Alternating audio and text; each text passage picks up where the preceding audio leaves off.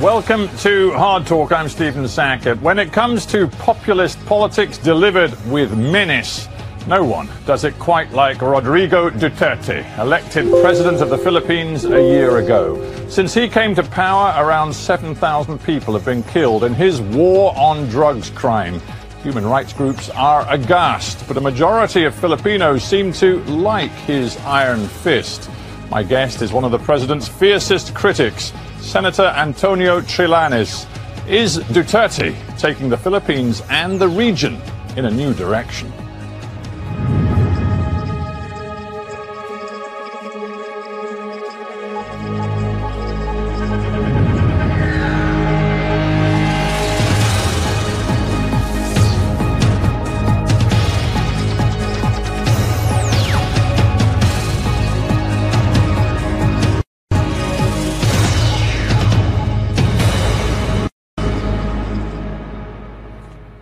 Trillanes in Manila, welcome to Hard Talk. Hello, Stephen. Thank you very much for inviting me. We speak at a difficult time for your country. In Marawi, in Mindanao, in the south of the Philippines, you have a national emergency with a town which, for weeks, has faced siege because it's been, in essence, taken over by jihadist gunmen. The president says this is a national emergency. It is time for the country to unify in the face of the threat. Do you agree with him? Well, I agree that what is happening in Marawi is a national crisis. It is something that we should deal with decisively. But I feel that the armed forces historically have faced more difficult challenges before, and they can overcome this challenge once again, and I have no doubt that the armed forces of the Philippines will subdue the Maute group. Yes. Now, the finance minister just a couple of days ago made a very clear point of associating, as you put it, the Maute group, the jihadists who are in Marawi, associating them with drugs crime. He said there's no doubt a lot of the money they make, the way they operate, comes out of their involvement in organized drugs trafficking. Do you agree with that? Well, probably that is the case, but the question is, for the past year that they unleashed this deadly war on drugs, how come they did not touch these suspected drug lords who are supporting the Maute? The finance minister, again, in an important speech just the other day, said it is time for the country to back a president who wants to see a Philippines where obedience to the law is not optional. He's imposed martial law in the area around Marawi, and there is talk that he may extend the area under martial law. You've called this a national crisis. I'm just wondering whether you support him at this time of crisis. We support the claim that what's happening in Marawi is a national crisis. In terms of the reach of the Maute group, they can wreak havoc in the whole country in terms of activities that may be deadly to the Filipino public. But in addressing this threat of terrorism, a martial law is not the cure, because it will affect the way of life of the Filipino, and at the same time it will affect negatively the economy of our country. My prescription was to enhance the capability of the intelligence community and our law enforcement agencies so that we can accurately pinpoint the terrorist cells without affecting the way of life of the public.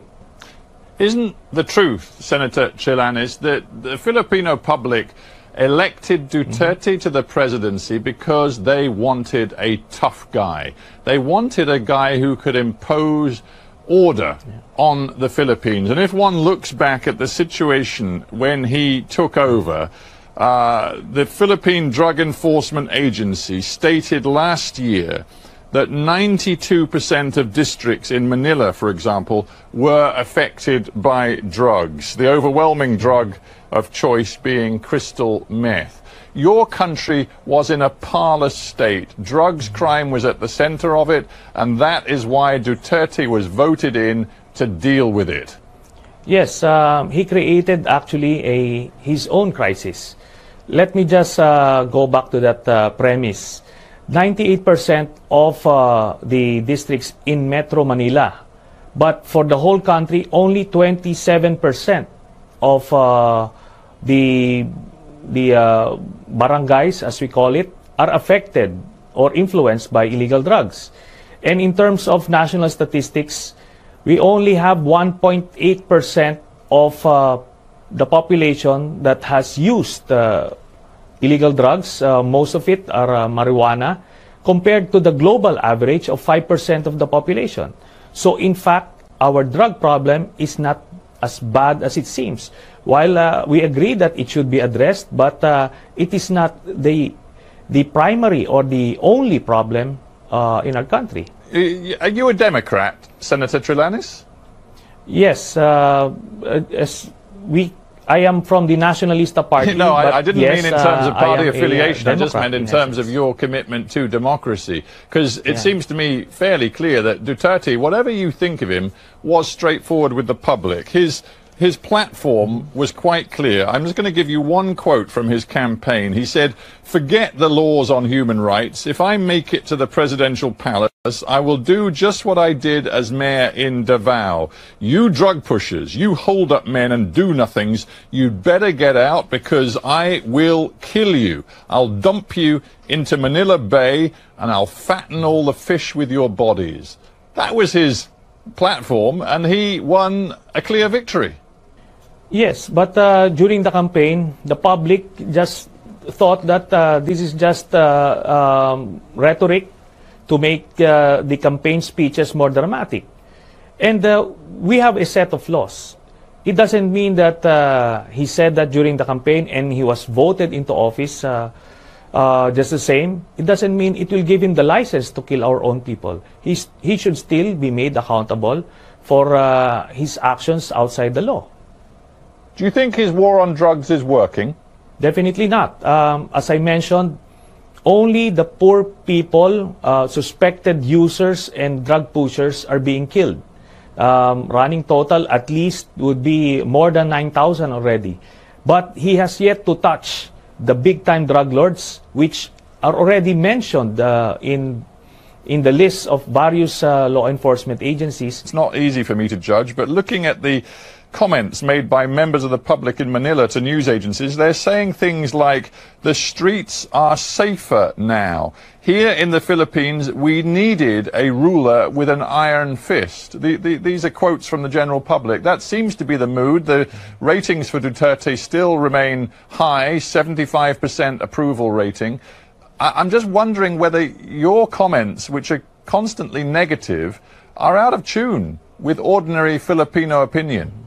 Well, the numbers that you mentioned are the latest numbers way back in March. But if you look at where his numbers were when he assumed office, it went as high as 92%.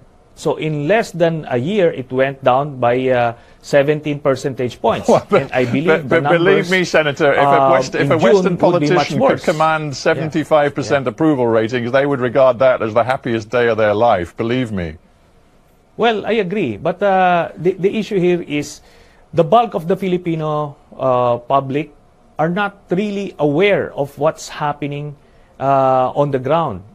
It's the the propaganda machine of the Duterte administration is very, very effective.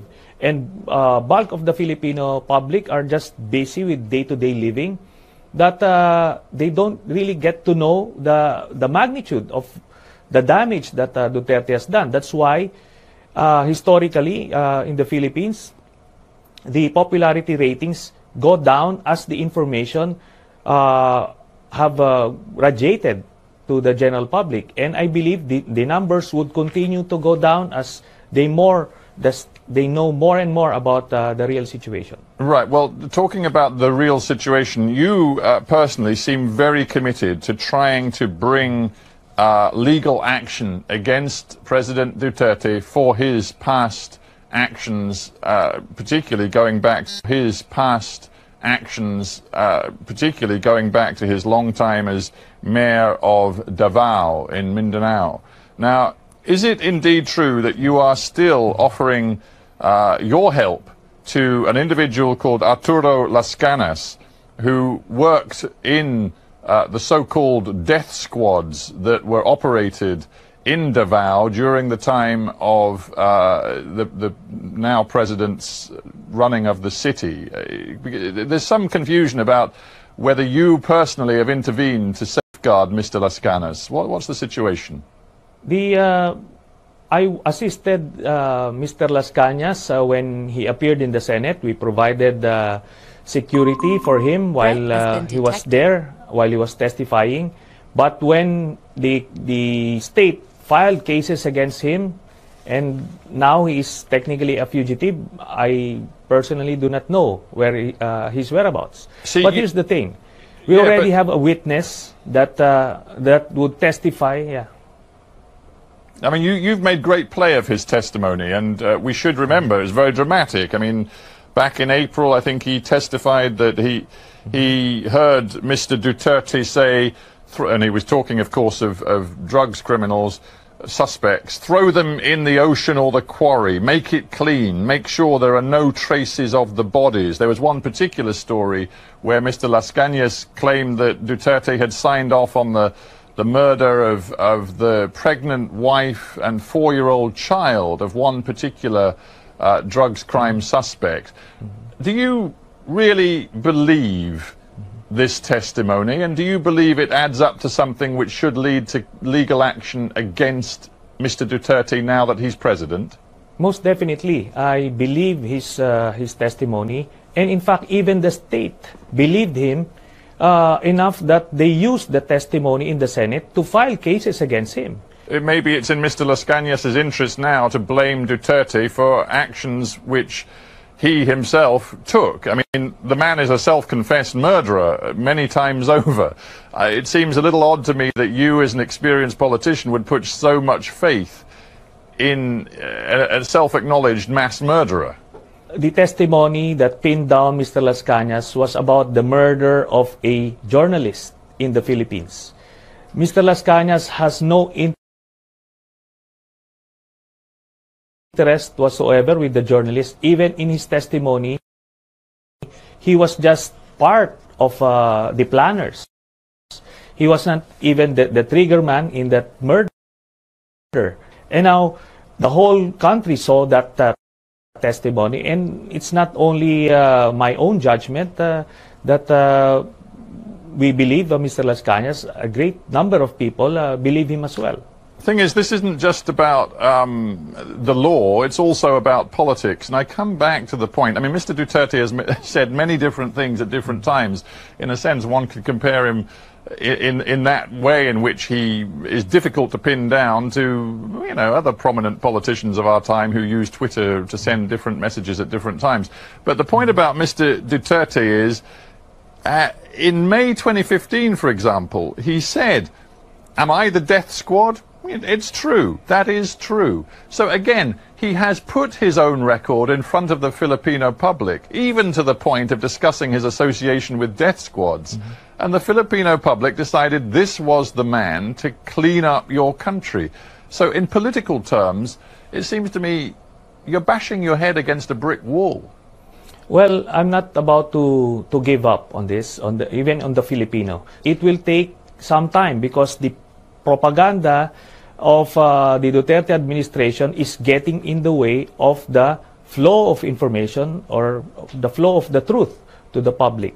So it will take a little time, but his numbers continue to go down. And I'm quite confident towards the end of the year, his numbers would be way below 50 by then. Yeah, I asked you earlier if you were a Democrat, and I think you feel you are, but let's look at your track record. Yes. You twice tried to mount coups against an elected Filipino president. In that case, it was Mrs. Arroyo. Back in 2003, You had an abortive coup attempt which lasted, well, let's face it, only a day. It wasn't very successful. And then even more, to many Filipinos, even more sort of pathetically, you made another attempt to get her out in 2007, and you ended up in prison for the best part of 7 years. Are you thinking that a coup is a legitimate response again to the Philippines' current political situation? Definitely not. I believe we have enough remedies for a problem like Duterte. But let me just go back to that premise. Gloria Macapagal Arroyo assumed power back in 2001 through a coup. They tried to cover it up with some semblance of constitutionality, but we know for a fact that she assumed power, assumed office via coup. Now, Duterte, in Duterte's case, we have, as I mentioned, legal remedies within the Constitution and even part of the international laws like the ICC that we can resort to resolve or rectify this anomaly that is Duterte. Yeah, well, okay, so you say no coup on this occasion, we'll use the law. You've already been involved in the filing of an impeachment complaint. That was rejected by the Justice Committee of the House of Representatives, so that appears to be going nowhere. And you've also been involved in the call to have the International Criminal Court in The Hague examine whether Mr. Duterte has committed crimes against humanity, but there's absolutely no indication that I can see that the ICC is prepared to pick up your case. So I'm not sure where your faith in the law, both national and international, is actually taking you. Well, I'm quite confident that the ICC would take up the case because it falls right at the center of the essence of the ICC. And probably by in a few months we'll see some developments.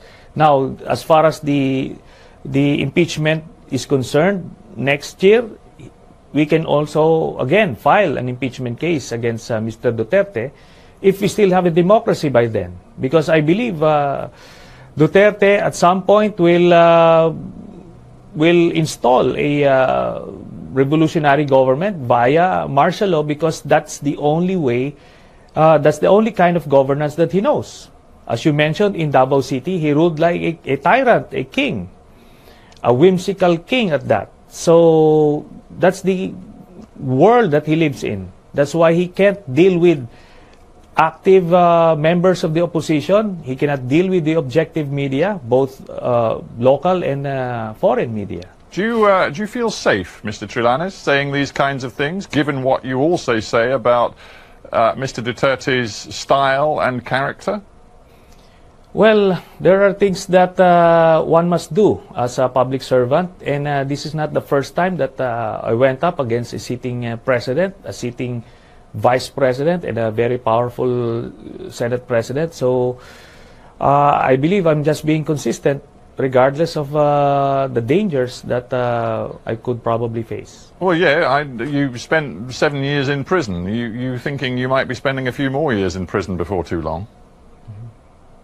Probably. The minions of Duterte have been trying to fabricate cases against me, but so far nothing has worked. You're talking to me from Manila, and there is no doubt that in some ways Duterte represents a movement in the Philippines to change the way politics works. He's talked about imperial Manila. He says the country has never been governed by people who really have the best interests of the poor and the disadvantaged at heart. And in particular, he says the country's never been governed before by someone from Mindanao who is not obsessed with looking after the elite and the oligarchs based in Manila. He has a point, doesn't he? If you look at his economic program, he is committed to a radical poverty elimination program, which is going to raise up the poorest Filipinos, particularly in those neglected areas in the south of the country, and that appeals to many people.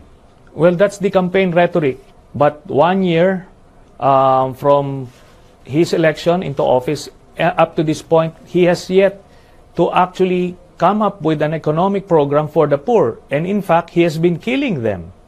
So he can never say that he feels for them and he wants them to succeed. And feels for them and he wants them to succeed. And even Duterte himself admits that he doesn't know anything about the economy. And his economic managers have come up with this ambitious economic program that is hinged on a tax reform program that is basically inflationary and therefore anti-poor. So more or less, we know that the situation here in the Philippines, that the tide is changing, and I feel it. Even though I am very vocal against Duterte, I don't even fear for my safety as far as the ordinary Filipinos are concerned, because a lot of them are starting to agree with what we have been saying. Okay, but look, the country's growing at pretty much 7% a year, which in the West would be regarded as a wonderful achievement. The World Bank says it expects that growth curve to continue at least through 2019. Mr. Duterte's done deals with Chinese investors, which suggest $15 billion worth of Chinese investment is coming into your country. He's been crowing about the way in which, by realigning the Philippines in terms of its diplomacy and outreach, it is now great friends with China, with Russia, and still has, of course, the security relationship with the United States. In a way, Duterteism appears to be working for the Philippines. Well, on paper, as I mentioned, it may appear so. But let me just talk about the much hyped 15 billion or 24 billion deal with China. It's basically official development assistance. It's a loan that is again hinged on the passage of the tax reform plan, tax reform bill that the economic managers of Duterte are pushing. But we in the Senate do not have any plan of passing it because it is again inflationary and anti-poor. So we cannot afford to give additional burden to the public. And the public appreciates that. Yeah, what you didn't address was my point about the economic success. You have a 7% growth rate, which is going to continue. And I just, as a final point, put it to you that for all of your fears about what Duterte means for the Philippines, right now, viewed by many ordinary Filipinos, this guy is doing a decent job. Well, that will change. As I mentioned, once more information will reach the ordinary Filipino, they will change their impression about Duterte.